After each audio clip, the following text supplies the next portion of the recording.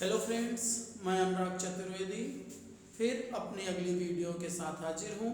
अब हम अपने ट्रांसलेशन अनुवाद के क्रम में, जैसा कि अपनी पिछली वीडियो में प्रेजेंट इंडेफिनिट टेंस और प्रेजेंट कॉन्टिन्यूअस टेंस के बारे में बता चुके हैं।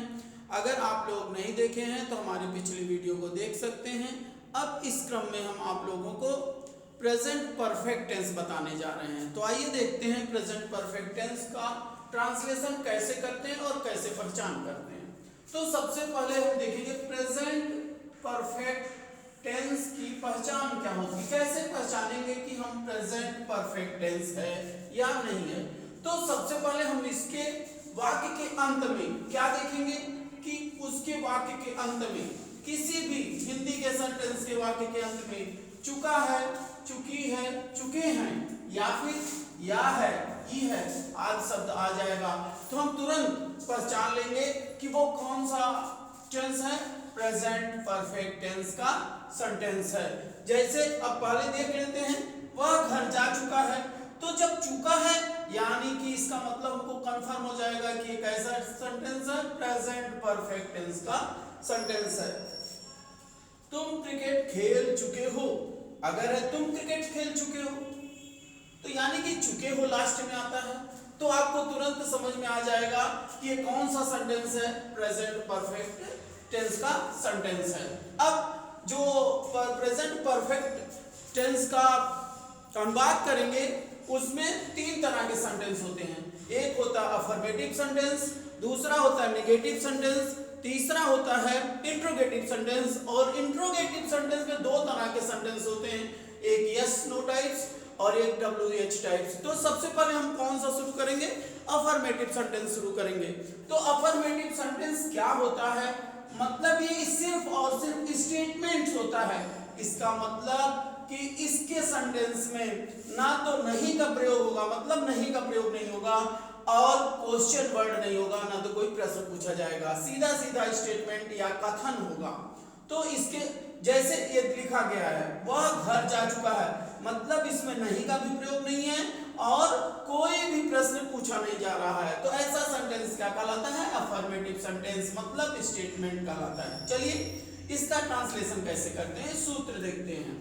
तो जब इसका सूत्र देखेंगे तो क्या होगा, सबसे पहले सब्जेक्ट लिखते हैं। क्या लिखते हैं, सब्जेक्ट, मतलब कर्ता लिखते हैं कि मतलब सेंटेंस में कौन काम कर रहा है। और उसके बाद क्या लिखते हैं, हेल्पिंग वर्ब लिखते हैं। हेल्पिंग वर्ब क्या होती है, हैज और हैव होती है।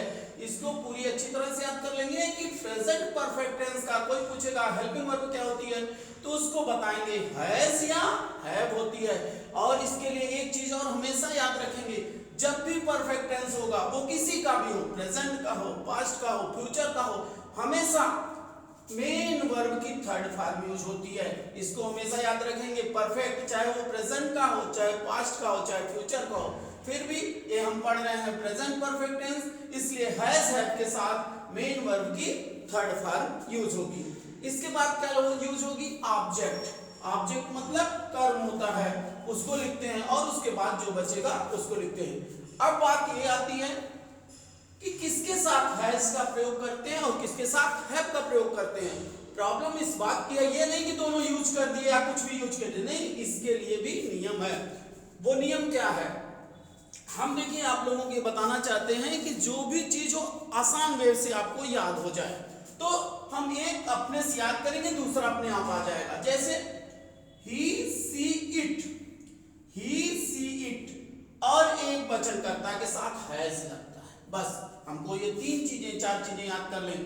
ही मतलब वह पुल्लिंग, सी वह स्त्रीलिंग, इट या, और एक वचनकर्ता। एक वचनकर्ता मींस कोई एक नाम हो तो उसके साथ हैज लगेगा। इसको एक तरफ कर लेते हैं। और कुछ भी आए मतलब कहने का ही सी इट, और एक वचनकर्ता मतलब एक वचनकर्ता मतलब एक नाम, कोई भी, जैसे राम हो, श्याम हो, एक नाम हो, लेकिन राम और श्याम अगर हो गया तो इसमें नहीं आएगा। एक वचनकर्ता के साथ और ही सी इट के साथ हैज होगा, और उसके अलावा कुछ भी आ जाए, मतलब कहने का मतलब कोई भी सब्जेक्ट हो, यू हो, दे हो, कुछ भी हो, सबके साथ हैव का प्रयोग करेंगे। लेकिन इसमें एक और प्रॉब्लम क्रिएट होती है, अभी तक हम लोग फर्स्ट फॉर्म यूज करते थे, तो थर्ड फॉर्म यूज हमको पता होना चाहिए, तभी यूज कर सकते हैं, प्रयोग कर सकते हैं। तो कुछ मेन वर्ब की हम कुछ की तीनों फॉर्म हम आप लोगों को बताना चाहते हैं, जिससे कम से कम जो हमको करना है वो आए, और आप लोगों को ज़्यादा से ज़्यादा मेन वर्ब की फर्स्ट सेकंड फॉर्म याद होनी चाहिए। जैसे हम देखते हैं फॉर्म गो मीन्स होता है जाना, लेकिन इसकी तीनों फॉर्म होती है गो, सेकंड फॉर्म वेंट और थर्ड फॉर्म गॉन होती है। अब आप लोगों को पता होना चाहिए अगर चुका है तो कभी भी गो वेंट नहीं यूज होगी, क्या होगा, गॉन ही यूज होगी। अब दूसरी बात क्या है, कम मीन्स होता आना, कम केम कम। तो जब भी परफेक्ट टेंस की बात होगी तो हमेशा क्या यूज होगा, कम ही यूज होगा। अब इसके बाद प्ले मीन्स खेलना होता है, तो प्लेड होता है। तो जब भी हम परफेक्ट टेंस में प्रयोग करेंगे तो प्लेड ही यूज करेंगे, मतलब हैव के साथ प्ले कभी नहीं यूज होगा, हमेशा होगा प्लेड यूज होगा। अब ड्रिंक माने होता है पीना, ड्रिंक मीन्स क्या होता है, पीना होता है। अब ड्रिंक मीन्स पीना होता है तो इसकी तीनों फॉर्म क्या होती है, ड्रिंक, ड्रैंक, ड्रंक होती है। तो ड्रिंक, ड्रैंक, ड्रंक होती है, तो इसमें जब भी यूज होगा परफेक्ट टेंस में तो ड्रंक ही यूज होगा, और ड्रिंक, ड्रैंक कभी नहीं यूज होगा। तो अब हम इसका ट्रांसलेशन कैसे करते हैं, उसके कुछ एग्जांपल्स देख लेते हैं कि कैसे किया जाए। अब देखते हैं, वह घर जा चुका है। तब चुका है तो प्रेजेंट परफेक्ट तो हम पहचान चुके हैं, लेकिन इसका ट्रांसलेशन करने के लिए हम सबसे पहले इसके सूत्र पे जाएंगे। तो सबसे पहले क्या लिखते हैं, सब्जेक्ट लिखते हैं। तो इस सेंटेंस में सब्जेक्ट क्या है, वह। वह का मतलब क्या हो गया, वह की अंग्रेजी, क्योंकि चुका है तो पुल्लिंग होगा, ही होगी, ही। इसके बाद क्या लिखते हैं, हेल्पिंग वर्ब, हैज और हैव में से कोई एक। तो हम इसके बाद इसका नियम देख लेंगे, ही, सी, इट और एक वचन करता, तो ही है यहाँ पे, उसके साथ क्या यूज होगा, हैज होगा, ही हैज। और जब भी इसमें मेन वर्ब की क्या यूज होती है, थर्ड फॉर्म यूज होती है, तो मेन वर्ब की थर्ड फॉर्म। अब जाना की क्या होती है, इंग्लिश गो की थर्ड फॉर्म क्या होती है, गॉन होती है। तो ही हैज गॉन, और जहां जाते हैं उसके पहले टू लगा लेते हैं, क्योंकि घर जा रहे हैं तो टू हाउस। तो वह घर जा चुका है का ट्रांसलेशन क्या हो जाएगा, he has gone to house होगा। अब उसके बाद तुम क्रिकेट खेल चुके हो, तुम क्रिकेट खेल चुके हो, तुम की इंग्लिश क्या होती है, यू होती है। अब फिर वही नियम अपनाएंगे, सब्जेक्ट कर्ता यू हो गया, यू के साथ हैज यूज होगा या है, इसको देखेंगे। अब यू के साथ क्या यूज होगा, ही, सी, इट और एक वचन कर्ता के साथ हैज यूज होता है। तो ना तो ही है, ना सी है, ना इट है, ना तो कोई एक नाम है, यानी कि ये कंफर्म हो गए अन्य में आएगा। और जब भी अन्य में आएगा तो तुरंत हम क्या यूज कर लेंगे, हैव। तो यू हैव हो जाएगा। जब भी यूज करेंगे प्रेजेंट परफेक्ट टेंस में मेन वर्ब की थर्ड फॉर्म यूज करेंगे। प्ले मींस खेलना होता है, खेल चुके हैं तो प्लेड होती है, थर्ड फॉर्म प्लेड होगी, तो यू हैव प्लेड। अब उसके बाद क्या खेल चुके हो, cricket, you have played the cricket हो जाएगा, you have played the cricket. अब आगे हम देखते हैं नेगेटिव सेंटेंस। नेगेटिव सेंटेंस, अब नेगेटिव सेंटेंस की पहचान कैसे करेंगे ये देखेंगे। हम जानते हैं प्रेजेंट परफेक्ट टेंस में अंत में क्या होता है, चुका है, चुकी है, चुके हैं, या है, ई है। तो जब ऐसे सेंटेंस हो लेकिन उसमें किसका प्रयोग हुआ, वो नहीं का प्रयोग होगा। किसका प्रयोग होगा, नहीं का, तो उसको समझ लेंगे कि प्रेजेंट परफेक्ट का नेगेटिव सेंटेंस है। जैसे तुम घर नहीं जा चुके हो, तो जा चुके हो के साथ क्या आ गया, नहीं, इसका मतलब ये हो गया कि ये नेगेटिव सेंटेंस है। अब राम घर नहीं गया है, या है, ये भी किस टेंस में आएगा, प्रेजेंट परफेक्ट टेंस में आएगा, और इसके साथ नहीं भी लगा है, इसलिए नेगेटिव सेंटेंस होगा प्रेजेंट परफेक्ट टेंस का। अब इसका सूत्र देखेंगे। सूत्र क्या होता है, सबसे पहले सब्जेक्ट लिखते हैं, सब्जेक्ट मतलब क्या होता है, कर्ता। अब इसके बाद सहायक क्रिया जिसको हेल्पिंग वर्ब बोलते हैं, एचपी हेल्पिंग वर्ब, वो हेल्पिंग वर्ब क्या होती है, हैज और हैव होती है। तो इस तरह से सबसे पहले कर्ता लिखेंगे, फिर हैज या हैव लिखेंगे कर्ता के अनुसार, फिर नॉट लिखेंगे क्योंकि ये नेगेटिव सेंटेंस है, नॉट कंपल्सरी है। अब इसके बाद मेन वर्ब की थर्ड फॉर्म, जैसा कि हम बता चुके हैं कि कोई भी परफेक्ट टेंस होगा उसमें मेन वर्ब की थर्ड फॉर्म ही यूज होगी, उसमें कुछ सोचना ही नहीं है। उसके बाद ऑब्जेक्ट होगा, ऑब्जेक्ट मतलब होता है कर्म, और मेन वर्ब मतलब होता है मुख्य क्रिया, हेल्पिंग वर्ब मतलब होता है सहायक क्रिया। हेल्पिंग वर्ब मतलब क्या होता है? सहायक क्रिया होता है। सब्जेक्ट मतलब कर्ता होता है, एक्सेट्रा etc मतलब आदि, और जो कुछ बचता है उसके बाद उसको राइट कर लेते हैं। अब इसमें एक चीज फिर हेल्पिंग वर्ब का आएगा कि किसके साथ हैज यूज करेंगे, किसके साथ हैव यूज करेंगे, तो हम पहले ही बता चुके हैं। बस चुनिंदा कुछ वर्ड आपको याद करना होगा, ही सी इट और एक वचन करता, ही सी इट और एक वचन करता, मतलब ही सी इट और एक वचन करता के साथ हैज लगेगा और सभी के साथ हैव लगेगा। तो कुछ नहीं याद करना, बस 3-4 वर्ड, ही सी इट और एक वचन करता के साथ क्या लगेगा? हैज लगेगा और सबके साथ हैव लगेगा। इसको याद कर लेंगे। अब देखते हैं ट्रांसलेशन कैसे करते हैं। तुम घर नहीं जा चुके हो, तो इसमें करता क्या है? तुम की इंग्लिश होती है यू के साथ हैज यूज होगा कि हैव। अब ही सी इट और एक वचन करता के साथ तो हैज होता है, ना तो ही है, ना सी है, ना इट है, ना तो कोई एक तो नाम है, ये तो तुम लिखा है। तो यू के साथ क्या यूज हो जाएगा? हैव यूज हो जाएगा। उसके बाद क्या यूज होगा? नॉट, तो यू हैव नॉट। उसके बाद क्या होगा? मेन वर्ब, जाने की इंग्लिश होती गो, लेकिन गो की तीनों फॉर्म होती, गो वेंट गॉन, तो गॉन थर्ड फॉर्म होती है, इसलिए यू हैव नॉट गॉन। उसके बाद टू हाउस, तो इसका मतलब हो गया तुम घर नहीं जा चुके हो, you have not gone to house. अब उसके बाद राम घर नहीं गया है। अब बताओ, राम सिंगुलर नंबर है, एक वचन करता है, राम के साथ क्या यूज होगा? हैज। राम हैज, क्योंकि ये एक वचन करता के साथ हैज यूज होता है। Ram has not, Ram has not gone to house, Ram has not gone, go का थर्ड फॉर्म गॉन होती है, टू हाउस होती है। अब अगला देखते हैं, सीता और गीता गाना नहीं गा चुकी हैं। तो सीता तो एक वचन है, गीता भी एक वचन है, लेकिन जब और से जोड़ गया तो ये हो गया बहुवचन। सीता और गीता दो लोग हो गए, इसलिए क्या हो गया? बहुवचन हो गया। तो यानी कि जब बहुवचन करता होगा, एक वचन करता के साथ तो हैज होता है, लेकिन अन्य के साथ हैव होता है, इसलिए अब सीता और गीता हो गया, बहुवचन हो गया, तो क्या यूज होगा? हैव यूज होगा। तो सीता एंड गीता हैव, अब नहीं है तो नॉट हो जाएगा, Sita and Gita have not.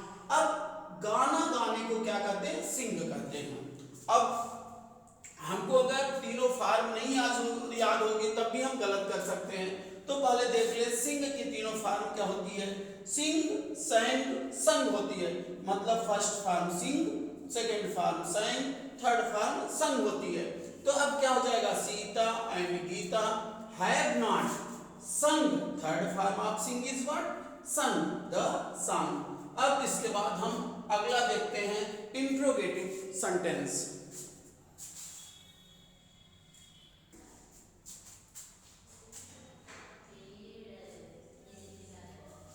Interrogative sentence. अब हम इंट्रोगेटिव सेंटेंस को देखते हैं कि इंट्रोगेटिव सेंटेंस का ट्रांसलेशन तो करना आसान है, कठिन है, उसके बाद की बात होती है। पहले इंट्रोगेटिव सेंटेंस किस तरह का होता है? इंट्रोगेटिव सेंटेंस दो तरह का होता है, एक yes no types question, yes no types question, दूसरा होता है WH टाइप्स क्वेश्चन।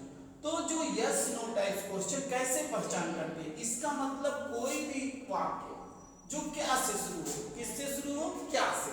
कोई भी सेंटेंस जब क्या से शुरू हो जाए तो इसका मतलब आप समझ लीजिए कि क्या है? यस नो टाइप्स क्वेश्चन है। अब जब यस नो टाइप्स क्वेश्चन है तो उसका सूत्र क्या होगा? जब भी कोई सेंटेंस क्या से शुरू होगा, जिस टेंस का उसकी हेल्पिंग वर्ब बाहर निकलेगी। तो कहने का मतलब अगर क्या वह घर जा चुका है, यानी कि क्या हो गया? परफेक्ट टेंस चुका है की पहचान है, चुका है परफेक्ट टेंस की पहचान है, और क्या से शुरू हो रहा है, इसका मतलब परफेक्ट की हेल्पिंग वर्ब पहले लिखेंगे, सहायक क्रिया, तो हैज और हैव लिखेंगे। ठीक है, क्या लिखेंगे? हैज और हैव लिखेंगे, प्लस सब्जेक्ट लिखेंगे, प्लस मेन वर्ब की थर्ड फॉर्म लिखेंगे, प्लस ऑब्जेक्ट लिखेंगे, प्लस एक्सेट्रा लिखेंगे। कहने का मतलब जब भी सेंटेंस क्या से शुरू होगा तो उसमें क्या लिखेंगे, सबसे पहले हेल्पिंग वर्ब। और एक चीज हमेशा याद रखेंगे कि ही सी इट और एक वचनकर्ता के साथ, एक वचनकर्ता के साथ हैज लगाएंगे और अन्य के साथ हैव लगाएंगे। तो क्या वह तो ही होता है, ही के साथ हैज लगता है, तो हैज ही क्या हो जाएगा, क्या वह हैज ही, और जा चुका gone, has he gone to house. मतलब क्या से शुरू है, वह के साथ हैज लगेगा तो has he gone to house हो जाएगा। क्या वे नदी में नहा चुके हैं, क्या से शुरू है लेकिन वे है तो वे की अंग्रेजी हमको आनी चाहिए। वे की इंग्लिश क्या होती है, दे होती है। दे ही सी इट नहीं है, एक वचनकर्ता नहीं है, यानी अन्य में आएगा तो दे के साथ हैव यूज होगा। क्या वे, तो हैव दे हो जाएगा क्योंकि हेल्पिंग वर्ब पहले लिखेंगे, हैव दे, हैव दे। अब नहा चुके हैं, बाथ माने नहाना होता है, बाथ बाथड बाथड, तो थर्ड फॉर्म क्या होती है, बाथड होती है।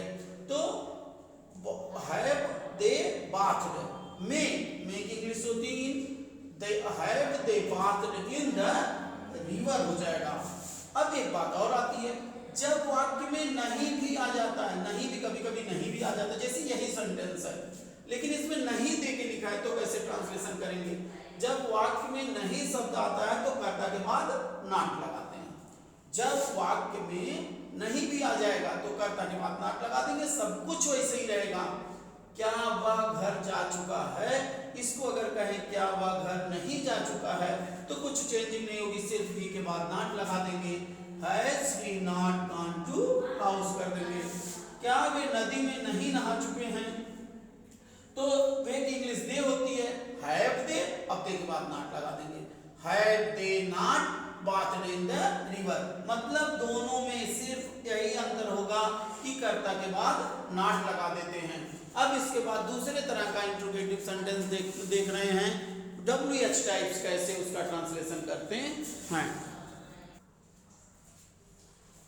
इंट्रोगेटिव सेंटेंस का जो WH टाइप्स होता है उसकी पहचान करते हैं। जब प्रश्नवाचक शब्द वाक्य के बीच में आ जाए, जब प्रश्नवाचक शब्द वाक्य के बीच में आ जाता है तो WH टाइप्स बन जाता है। इसका मतलब इसका ट्रांसलेशन करने के लिए सबसे पहले WH वर्ड मतलब प्रश्नवाचक शब्द की इंग्लिश लिखते हैं, उसके बाद हैज या हैव लिखते हैं जो कि सब्जेक्ट के अनुसार होता है कि हैज यूज होगा कि हैव यूज होगा।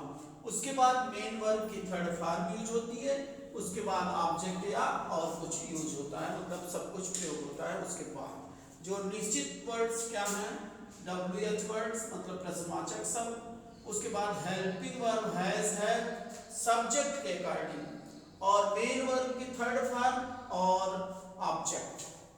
तो उदाहरण देखेंगे, तुम फूल क्यों नहीं तोड़ चुके हो। अब इसमें नहीं भी आ गया है तो क्या करेंगे, जब वाक्य में नहीं भी आता है तो कर्ता के बाद नॉट लगाते हैं। इस चीज को हमेशा ध्यान में रखेंगे, अगर नहीं आया तो कर्ता के बाद नॉट लगाएंगे।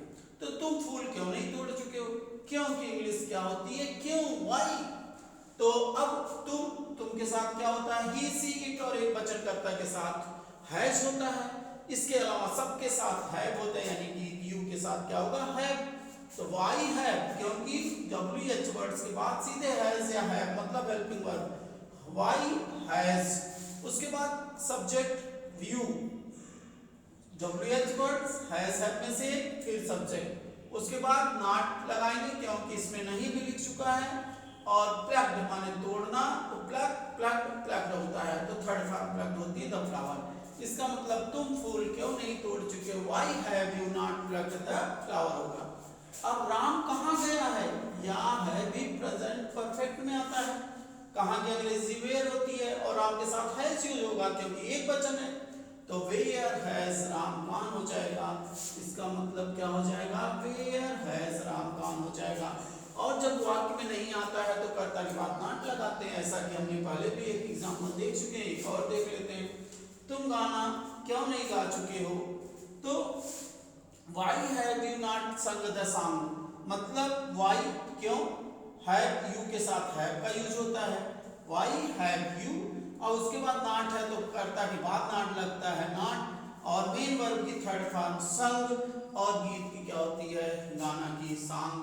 तो इस तरह से वाई हैव यू नॉट संग द सॉन्ग। इस तरह से आप लोग प्रेजेंट परफेक्ट टेंस के पूरे किसी भी प्रकार का सेंटेंस होगा उसका ट्रांसलेशन कर सकते हैं। अब हम अगली वीडियो में आप लोगों को प्रेजेंट परफेक्ट कंटिन्यूअस का ट्रांसलेशन बताएंगे। धन्यवाद।